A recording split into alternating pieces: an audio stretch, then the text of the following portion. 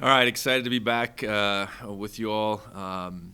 It's been about a month since we would have last seen each other in Frisco, and certainly a lot of time to reflect on the season and all that was accomplished, and certainly appreciate everything that we did in 24, and ultimately that night in Frisco we came up short, and there's no changing that. So through reflection and through quite a bit of change now the last month, we're here to address some of that today. The first being the completion of our National Signing Day class here today. Today's six guys are really a continuation of what we did back in December.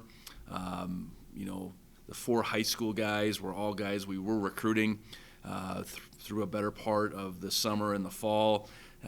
Timing with the signing day being pushed up made a couple of those scenarios. The two Texas young men in particular, their visits came post signing day, and then I know as we were working through Jackson Lieberg and Michael Rubich, those situations just carried on past the initial signing day. So guys that we were all recruiting for quite some time, and really excited about the four high school additions, and then the two junior college additions were both opportunities that were presented probably post Frisco.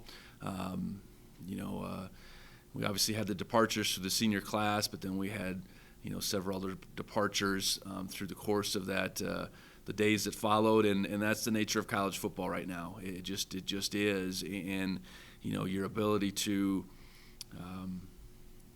adapt, I suppose, see things coming, react. All those are all words I would use as far as what it takes in between semesters. I know, at least for this cycle, there'll still be another portal window at the end of April. And we're always recruiting, and I do think this truly does complete our high school efforts for the 25 class. But it's not to say we won't continue to recruit and continue to evaluate our roster, and then ultimately make a few changes, or additions, I should say, once we get to the end of the school year. So again, excited about the group in its entirety. Ended up being 28, I think, 28 high school guys, 14 on offense, 12 on defense. I know one we still see as an offense-defense potential guy. That's Tommy Springman from here in town, and then 3 specialists. We added one more Montanan, so 11 Montanans in this group. Really excited about that number.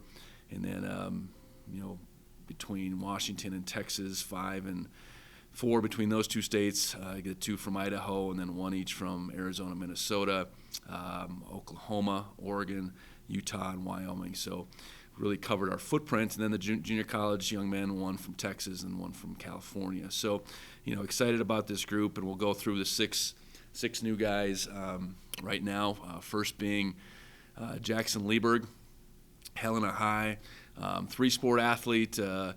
Jackson's excelled on the football field for sure, and that's caught our eye as a receiver. A do-it-all guy, played DB, was a specialist for them. Really had a great year for the Bengals, a great career.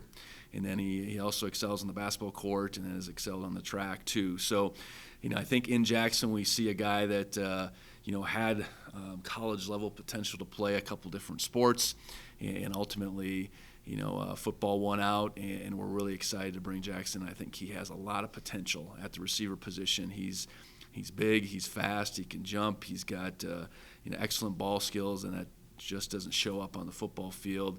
It does on the hoops court as well.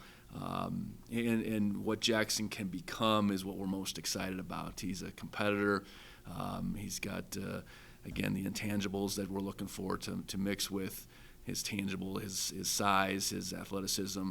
And I know he's really excited to, become a Bobcat and, again, become that 11th member of this class from the state of Montana. Next up, Bryant Meredith. Like I said, Bryant was a guy that we weren't recruiting. We got on, after we played down there in Frisco, and I think our our needs became a little bit more apparent after those next couple of days unfolded. And really looking for guys, a couple like we signed that have some position flexibility. I think to go into that DB category. I think Bryant, coming out of Fullerton College, he spent a semester at NAU out of high school. He comes from De La Salle, storied high school program in the Bay Area. So, there's a lot to like about Bryant's pedigree and then just his play on the field. I think we talk in terms of position flexibility for him. The free safety nickel combination is certainly a piece to it. I think he's got cover ability and could be a corner as well. But we're going to start him in the safety room and start him probably in that combination of being a free safety and a nickel. So really excited about Bryant, his competitive nature, his athleticism, his quickness, and he's going to bring an edge, I think, right away. I think, why these two young men from the junior college ranks chose us. I think they identified with our culture as much as the opportunity that presents itself for them. So, in Bryant, I think we got a guy that, even watching him in conditioning drills this morning, wants to come in and compete and, win at everything he does. Next up, Ife Oolate. I think I got that right there. Ife comes to us from Blinn Junior College down in Texas. He's originally a product of Lake Travis in the Austin, Texas area. Again, that's a really storied program in its own right. Ife is a couple years older. Was a COVID recruiting, let's call it, casualty to some degree. That year for any high school guys, even though he had been a 3-year starter at Lake Travis, was complicated. So he takes his talents and abilities out east to the prep school ranks. I think he went to St. Thomas More in Connecticut, and then again, continuing to find his way, ends up at Blinn, and at Blinn was a really good player. All-American honors there at Blinn. Played, then sat out a year due to injury, and then played again this past fall. And in Ife, I think we see a guy that has position flexibility between free and strong safety. Really smart football player, aggressive, and I think in both these guys they're gonna be able to change through the course of this semester. Just getting with Coach Herron, getting into a Division I strength program, a Division I nutrition program, and I think even though they have some years under their belt at the college ranks, I think their ability to continue to develop is significant. So I know both of them are really excited to be here. They will overlap maybe a little bit in that room as far as looking at the free safety position, but meshing in with the guys that we return. It's ultimately about finding those 3 starters at the strong safety, the free safety, and nickel positions. That all those spots are open, but providing a lot of competition and then having that position flexibility so we can get the best combination of guys out there. And that's that's maybe 3 guys, but it could be 4, it could be 5, it could be 6, based on how the cream rises to the top. Next up, Michael Rubich, out of Rock Springs in Wyoming. As we looked at this particular class, we certainly wanted to add a punter, and we did that with Colby Freucher. We wanted to add a long snapper. We did that with Brody Johnson earlier. And we also wanted to add a kicker. And I know Colby does have kickoff ability, has place kicking ability, but we also wanted to add a kicker. And Michael, along with those 2, they were all at our camp, our specialist camp this past summer, and they were guys that we targeted, going back quite a ways. And settling on giving Michael this opportunity, it was a process. It was a competitive process, but we really felt good about, again, what he did here on campus last summer and then what he proceeded to do in his high school season. He was first-team All-State in Wyoming. Again, provides flexibility as far as place kicking off, and then I think is a good punter as well. So adds depth and competition to that room, and excited to bring Michael in. Michael's parents went here and I think Montana State was certainly on his radar just from a school perspective, but to add the kicking opportunity was really exciting for him, and his ability is really exciting for us to add to the program. Tim Thomas out of Woodlands Park College Prep. College Park in the Woodlands, excuse me. Tim's a guy that I think athletically in the back end is what we're looking for. Has good length, good speed. He's a 300-meter hurdle standout on the track. He's a guy that I think through the course of his high school career really transitioned from probably a guy that saw himself as a track guy to ultimately to a football guy, and had a really good senior year. And he played primarily corner for them at College Park, but ultimately he's a guy that we see transitioning into a safety position, whether that's free, nickel. He's a bigger body guy that could be a strong. So he provides, again, that position flexibility, that skill set, his ability to cover, his ability to tackle, his range, I think is what we're looking for in the back end. I think Tim's a guy that just, physically will be able to walk onto campus and compete right from day one. So really excited about what he brings. He's a guy that has continued to change who he is as a football player, and that's the type of guys we want, guys that are continuing to improve. And he was one of those guys that we offered before signing day, but he didn't get a chance to visit till after. He committed shortly thereafter in December, and excited to make it official today. And then last up in this group, Major Thornhill, defensive end out of Gunner in the northern part of Texas. Tremendous program down there. In Major's a guy that has been a part of a lot of team success, but had a lot of individual success as well. We had intentions of adding another defensive end all along in this group, and Major's a guy that we had been on for quite some time. He had committed to another school for a good stretch, opened up his commitment, or opened up his recruiting, as the fall went along. And ultimately, all that was really post that first signing day. So in Major, I think we get a guy that, regardless of whether he was heavily recruited or not, has all kinds of ability, and I think comes from a program that he's used to winning and winning at a high level. And he really identified with the opportunity here at Montana State because a lot of the same characteristics are true with our program. So, excited to add a couple more defenders in particular to this group. Again, excited to add one more offensive guy in Jackson, and then one more specialist in Michael. So with that, I'll open it up to specific questions about recruiting, and then we'll move along and talk about the coaching changes as well.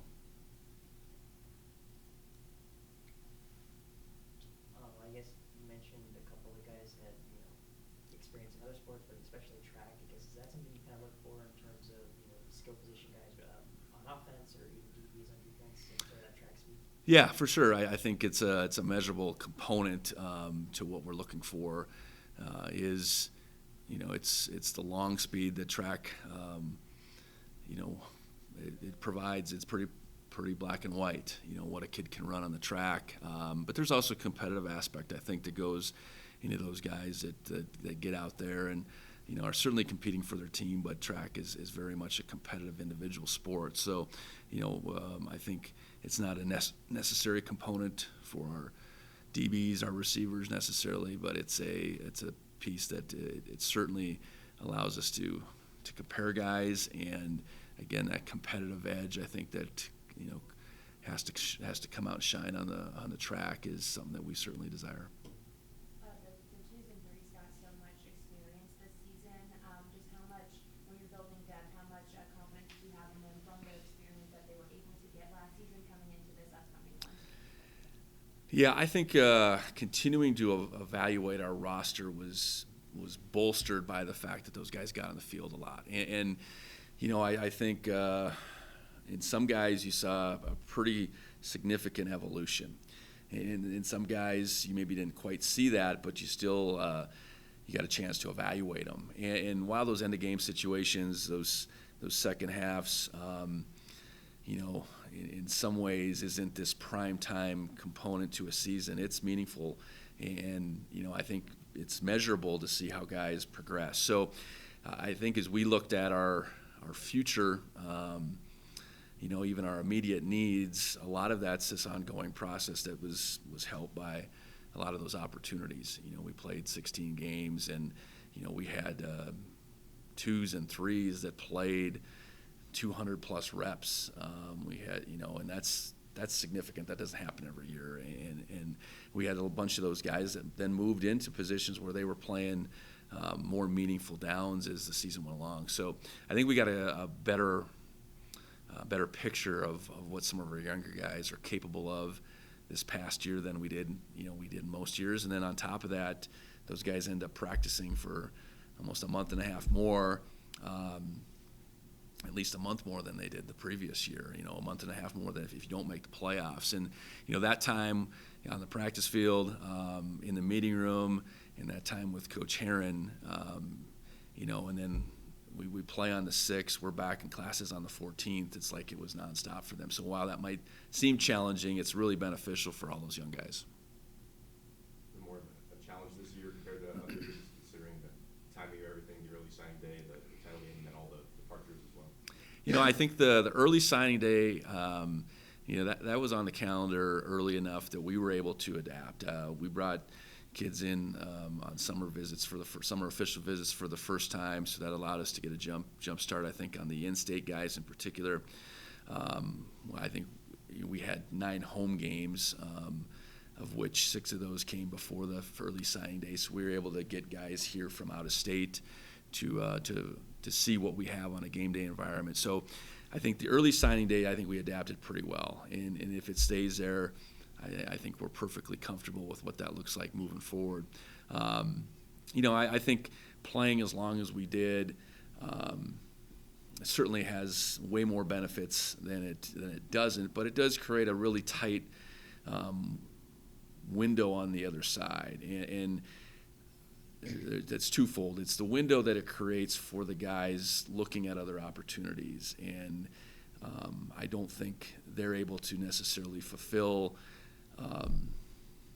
all the opportunities that might be out there, from even being able to visit, the timing of where it falls relative to all the other guys being in the transfer portal. So that's challenging, and that's something I think we got to continue to look at just in college football in general, because we played on the 6th. A lot of schools started on the 6th, and really the transfer window is what it is, but then your ability to start at another school is dictated by when schools start, not a certain date. So I think for those guys looking at opportunities, it's complicated. And then on the flip side, our ability to react to departures, whether we saw them coming or not, is a pretty tight window. With us starting the next week on the 14th, you have a 10 to 14 day, I suppose, grace period to get guys going with school, but also just being able to turn that around with a visit, with a really good feeling about what we have coming. It's challenging. So it's not to say that we would trade playing as late as possible any year and all that, but there is some challenges, and I don't know that there's this great fix, because the football season and the teams playing into January is what everybody desires to do. School starting is something that is out of our control as coaches, and like I said, schools are starting as early as the day we played in the championship. So, I know we're, as coaches, continually looking, and I'm saying as a American Football Coaches Association, looking at the best way to dial the mid-year piece in, and I don't know that there's a great answer, and all we can do here at Montana State is do the best to anticipate our needs, anticipate whatever movement might be there, be able to hopefully counter those opportunities the best we can, and continue to move forward. A lot's made about the guys that took opportunities and left, but not a lot's made out of the guys that didn't look at opportunities and stayed. And we have plenty of those on the same side. And so excited about this team moving forward, and excited about what they've been able to do the first couple of weeks since we've been working out. Excited about spring ball that gets going at the end of March. Yeah, I think the AFCA,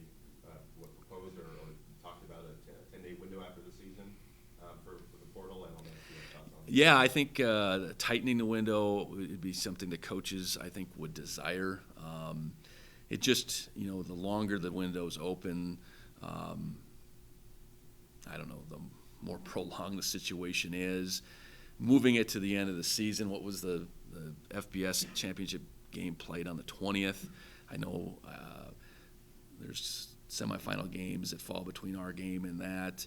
If it exists just after the bowl games, you're still running into all the complications with school starting, and that really being the next step. The portal's open. There's no signing day necessarily. There's no end to it. Your ability to get kids into school is really the next complicated thing. So I think it's a constant topic where we land the next cycle. I would be a proponent of one window where it sits. We'll see how that plays out. But you and your program do such a good job of finding not just a transfer, but a transfer that kind of fits the culture. Just how much does that play into this upcoming season? Well, I think that's been critical, and so we've been pretty intentional about figuring that out on the front side, and that's where that tight turnaround that was created in this particular sequence of events in January was challenging. But I think in Ife and Bryant, I think we felt like, okay, beyond what they'd shown on film, here's two guys that we felt like are hungry, they'll fit, and then they're really excited to be here. Putting those three ingredients, I think, are really important beyond just what the film looks like. I know there's still tons of kids in the transfer portal, tons of young men in the transfer portal, and that doesn't mean a very high percentage of that number will fit. So we got to find guys that will fit, whether they're coming from FBS, lower levels, or JC, like these two guys are coming from. Jared White, first I can remember of a guy who went in the portal and came back to MSU. I guess can you speak on that decision at all? Yeah, I think Jared was looking for I thought to be plain and simple, more opportunity with the depth we had and the competition we had at that position. That didn't present itself consistently through the season, and I think he was also very thought-minded. He didn't want to go anywhere. So I think, let's call it what it is. It was a little bit of an exploration for him, and certainly the dynamic in that room changed when we lost a player. So, I think the dynamic changed a couple times. I think through the course of the fall, when it became apparent that Julius would come back, that was a piece to the puzzle as he looked forward. And then when we lost a player in Scott Trey after the game, I think that changed the dynamic back. So Jared didn't want to leave. I think at the same time he wanted to see what maybe was out there, and we had conversations really going back to I'd say early November about his short-term outlook, which was the November and December, and then the long-term outlook. And the short-term was, hey, no matter what, he wanted to do everything he could for the 24 team. He wanted to play that out however that looked. And then, it became apparent as those days unfolded that, it was going to be in his best interest to come back, and that's where we're at. And is that something with guys going in the portal and coming back that, like, overall you're okay with it, or is it just case by case? I think it's case by case. I think each situation is its own. I know there's a couple guys that didn't finish the season out with us, and that's where December is really the calendar makes it really complicated because there are opportunities to get recruited in December. There were a couple of those guys that were injured through that time, and whether they could have come back or not, it didn't play out that way, but they felt like they needed to be recruited. So by being recruited is leave Bozeman to go take trips and those type of things, and because the window to do that ultimately closed the weekend of our semifinal game. So each situation is its own. My preference is for the guys to be as transparent with their situation as possible so we can help them. And helping them is just being able to have a fair conversation first and foremost about certainly where they're at within our program, what their future looks like in our eyes, and then, just how to maneuver. And that's I'll say it was a mixed bag this year. I mean, some guys we had a lot of conversations with, some guys we had zero conversations with. And it's my thought that the guys we had zero conversations with, that didn't serve them well. And that's not them necessarily coming back here. It's just what's out there, how to handle this, who should guide you, all those things. And ultimately what we want is what's best for those individuals. So to your point, each situation is its own, and we handle it as such. A couple of coaching questions. Yeah, I'd like to just address the coaching changes. I guess as much as anything, with success comes opportunity on the coaching side as well. And for Tyler Walker and Al Johnson, the opportunity to go as a tandem to Temple presented itself. Through the course of December, and obviously that opportunity became official shortly after the national championship. And for them, excited for what that opportunity provides for those two and their families, and wish them the very best. And then, Justin Udy, taking the opportunity to go back to his home state to go to Boise State, obviously a tremendous program in the landscape of college football. For Justin to get maybe back on a track from a quarterback perspective, led him in that direction. So excited for all three of those guys, and I truly do, their efforts when they were here. I think they were all in. They allowed us to do the things that we did on Saturdays, but more so just how they led their position groups. Really thankful for that. But, creates opportunity for us to move forward. And starting with the offensive coordinator, quarterback's position, with our system, with our success on offense, my thought process was for us to have as good a continuation there as possible. So you start, with guys maybe within that have maybe growing up within that system to some degree, and that becomes a pretty short list. It's guys that have, I suppose, tagged around with Joe Moorhead a little bit, and then I'm saying system, just the language, the terminology, those types of things. So beyond that, I was hoping I could get an experienced play caller, a guy who had adapted to a system before, and a guy that had experience coaching quarterbacks. In Pete Sturbeck, I think he checked all those boxes. I didn't know Pete. I knew of Pete. I certainly recognized the success that Colorado School of Mines had in his time there. I knew Coach Greg Brandon, who had hired him, who was the head coach. I knew him fairly well. He was at Wyoming before I was. So. And Pete was really interested in coming back to the state of Montana. He spent a good chunk of years at Montana Tech, had some real success as a play caller there, took the opportunity to go to Mines, called plays, became the head coach, both as a coordinator and then as a head coach. Had, coached a team that made it to the national championship game at the Division II level, has put up numbers in a lot of different ways, and I think knows what playing and coaching winning football is all about. So, really excited about the experience that Pete brings to the table, and I know he's thrilled to be here, and he's been here just a couple of weeks, but I think his interaction with our players has been very impactful in a short time. And like I said, he's gone into a system. He went from Montana Tech to Colorado School of Mines, took on their system, certainly made it his own, but he has experience in that regard, and now he'll come here from the School of Mines and really take on our system and make it his own. Additionally, hiring that offensive line coach, was the next important, I suppose, position, and that that spot, whether coached by Al Johnson or Brian Armstrong.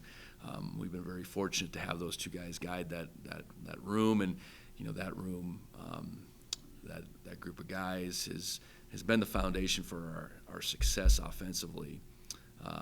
So process of going through that and ultimately landing on Matt Smith did start with Brian Armstrong. Brian had called me well over a month ago and suggested Matt. He had a chance to work with Matt 1 year at Fresno, and then Matt took over for Brian when he left for Nevada. And with that initial call, I just said, yeah, okay, I'll take him into consideration. And I had a chance to meet with Matt shortly thereafter.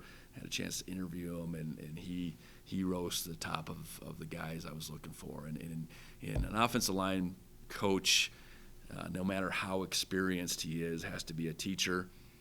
And Matt, to me, demonstrated that ability. And he also is very passionate about coaching that position, very knowledgeable. I think his experience as a player at Fresno State as a center, and he was probably an extension, easily to say he was an extension of the coaching staff through that time there. So really excited about what he brings and how he complements Matt, or complements Pete in that regard, and really excited to be here. With Justin's spot, had the ability to do some maneuvering within the staff. Felt it was in our best interest to move Sam Mix to receivers. Sam has played receiver, started his coaching career as a receiver, worked with Justin in that room before he became our running backs coach, and really have thought highly of what Sam's done with the running backs the last couple of years, and thought this transition for him made the most sense for us, and then that opened the opportunity to bring in Justin Mesa as a running backs coach. Justin and I worked together back in 17 and 18 at the University of Wyoming, and what I saw in Justin there was a very knowledgeable football guy. He was off the field. He wasn't coaching for us at the time. Very professional, very organized, very detailed. He was on the recruiting side, and then he went back and became a high school head coach a couple years back in Los Angeles, and then moved on to Washington State, initially in an off-the-field role, but then an on-the-field role as it moved on. And I'm really excited to bring Justin in this program. He's one of those guys that I've had in mind if the opportunity came about to hire, and the opportunity came about here. So with those three additions, really excited about the new makeup of our offensive staff, combined with Sam Mix and Jordan Walsh, and then obviously addressing the special team side of things with Marcus. And Marcus has done a really good job assisting Justin the last 3 years in some regard, and in particular this past year where he became a sole special teams coach, and on the field coach with the specialists. He was a big part of working with Justin and devising our game plan and how we went through in-game adjustments, those type of things, and I definitely think he's ready for this opportunity. So with that, I'll open it up to whatever questions about the coaching. I know we skipped over Coulter. He probably has questions about recruiting too, so he can hit it all with one. Do you want him to go first? Or? No, I'll come back to Coulter. Okay. You mentioned having experience playing call. Obviously, Taylor, I don't believe had any before. Yeah. They were in front of the OC, so why was that so important? Well,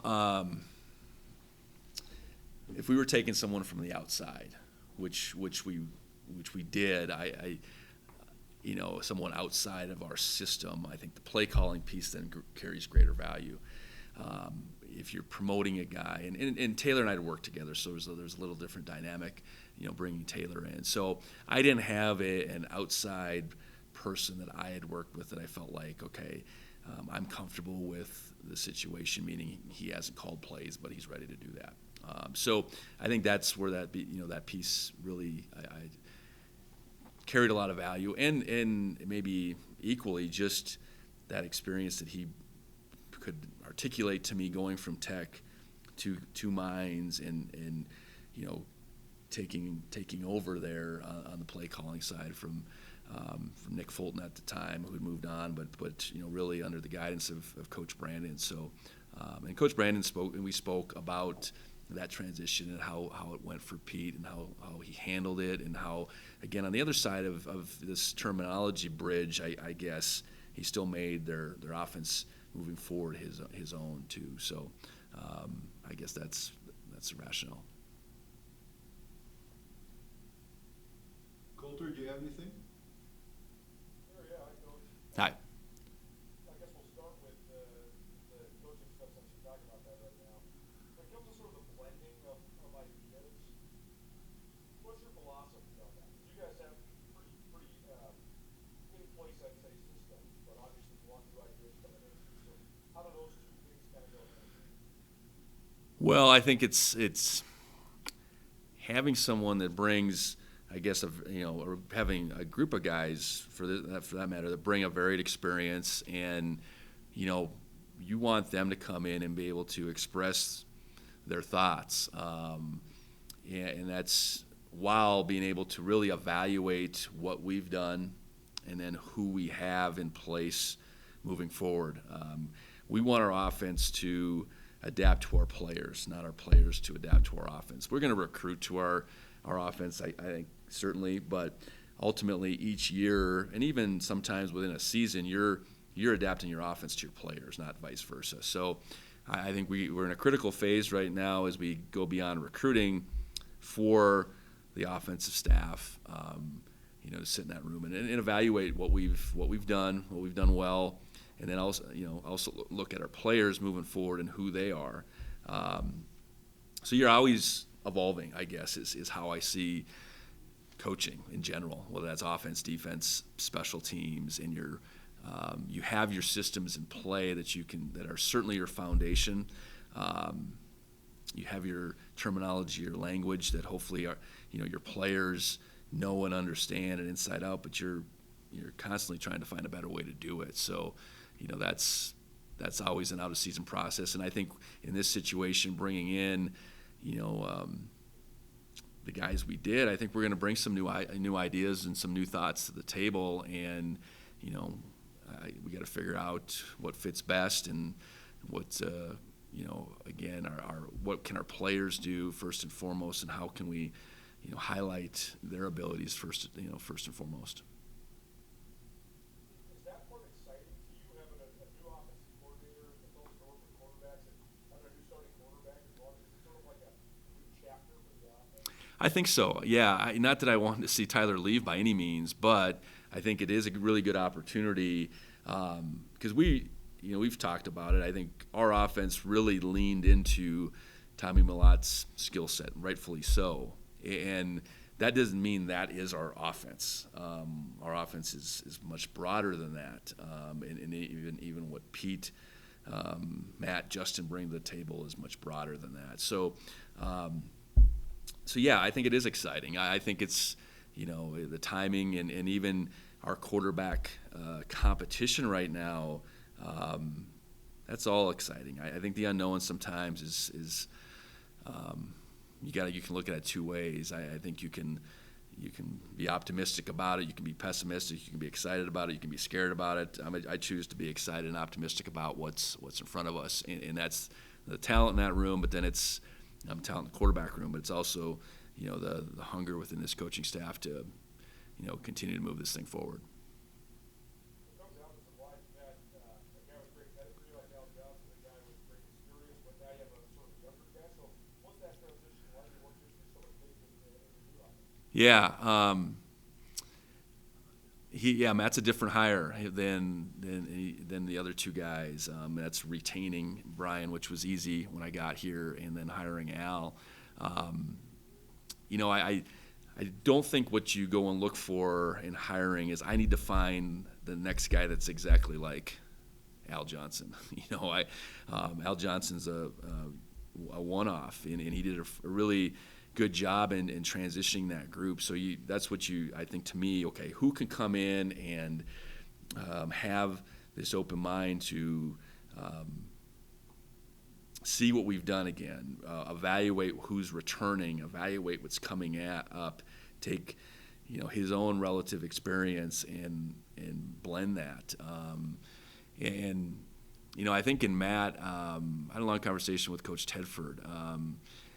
just experience beyond his years, I think is how I took that conversation.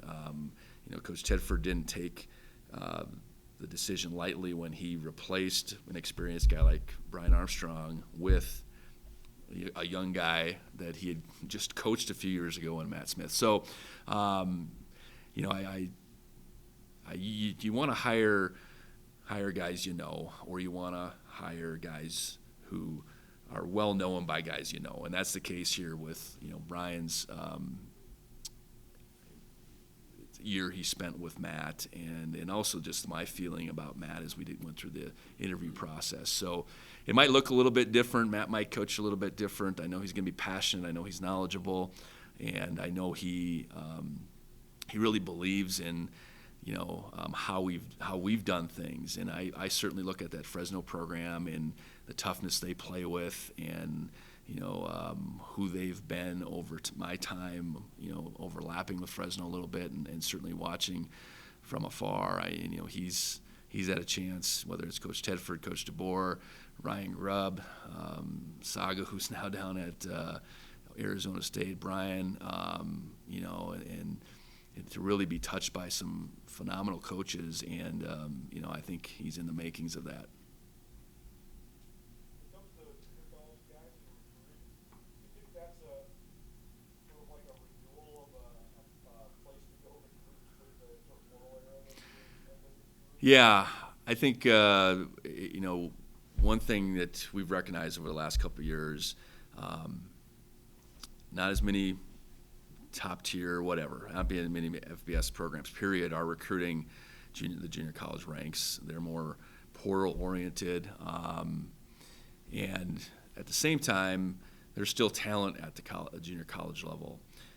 In particular, I think the junior college landscape is regional in our country. It's certainly California heavy. It's heavy in the South from Texas over through Mississippi, Alabama. I know Kansas is a big junior college state still, so it is a little bit regional. But those places also have, I think in particular Texas and California, crazy population. Football athleticism is in high volume, and not all those guys land maybe where they want to land at out of high school. So. In the rule change piece, I don't know where that's going to go with junior college. I don't think it's it's far from determined what that's going to look like. So there'll be continued evolution either way with what junior college looks like. But I know through the portal era now, which has been a few years, I think there's still a need and a reason to look at junior college, and I think we've done all right with it, and really excited about Bryant and Ife coming in here and continuing to prove that thought process right. Now that you have 4 seasons under your belt and you can recruit to a couple of Big Sky championships, a couple of runs to national title games, is that a tool when you're on the road recruiting? And if so, how has that sort of helped you in terms of getting in the front door and recruiting high caliber players? Well, I think each year you stack up. I think it shows where we can be, where we want to be, where we think we should be. And I know, this year, probably the most of any of the years, we were put on a pretty significant stage multiple times from a TV perspective, all that stuff. So I think our exposure continues to be there. I think our consistency in what we're about is really important too. Being a program that has very high expectations and has been able to accomplish great things, I think is I think what we've been able to demonstrate and what we're about, and I think even as many guys as we've been able to bring here from out of state on a game day, I think the consistency even with how our program is viewed on a Saturday here in Bozeman is significant. And then those guys that have been here maybe throw on a playoff game and it looks the exact same. And I think guys want to play at program with high expectations, with the amazing support that we have. They desire that, and not that many programs have what we have, in the combination of those two things. You're often talking about evolving just in terms of all sorts of different parts about your program. Has your recruiting philosophy evolved, and if so, how? Well, I think you're constantly trying to adapt. I guess that's, I think our philosophy is still, we need to build this from the ground up. Our guys that, come here as high school graduates and their first stop is Montana State, needs it has been our foundation. And how do we continue to adapt? I think there's gonna be needs here and there that present itself, because maybe some of that development hasn't quite become complete. We're not perfect in recruiting high school guys by any stretch, but I think we've done a pretty good job. So I do think that's been the constant. That's our philosophy: recruiting high school kids, developing them, pouring into them, watching them change from 18 years old to 19 to 20, and that becoming the beyond the foundational program, our very best players, and understanding that we're going to have a few situations like Connor Moore where we find a diamond in the rough, and a couple years down the road he's as high a recruited a offensive lineman as there in the country, and that's okay. That we'll take the 2+ years we had with Connor versus not taking that chance. I think there's a much higher probability of having the internal culture that we want, how we do it. It's not to say you can't bring in all kinds of outside transfers and such and put it all together. It's not to say you can't do that, but I like our odds in doing it the way that we've chosen to. And it's not going to be perfect, but I think our odds are better. So, staying ahead of it on the high school side is going to continue to be how we do things, continuing to adapt on the transfer side of things, and I think has to be how we look at it too. That's why I say, I think we're done high school wise for this cycle, but it doesn't mean we're done on the transfer side. Thank you. All good. Just one more about Coach Sturbeck. He's obviously very successful at the Division II level. What is it about his system or the way he ran his offense specifically that you kind of knew like he can be successful at this level? Well, I think the biggest thing I look at is a body of work where it wasn't always the same, but it was productive. That tells me that year in, year out, there was an effort to, again, adapt the offense to the players. He's been a part of an explosive offense that ran it more than he's threw it, and he's been part of the flip side more recently where they threw it more than they ran it.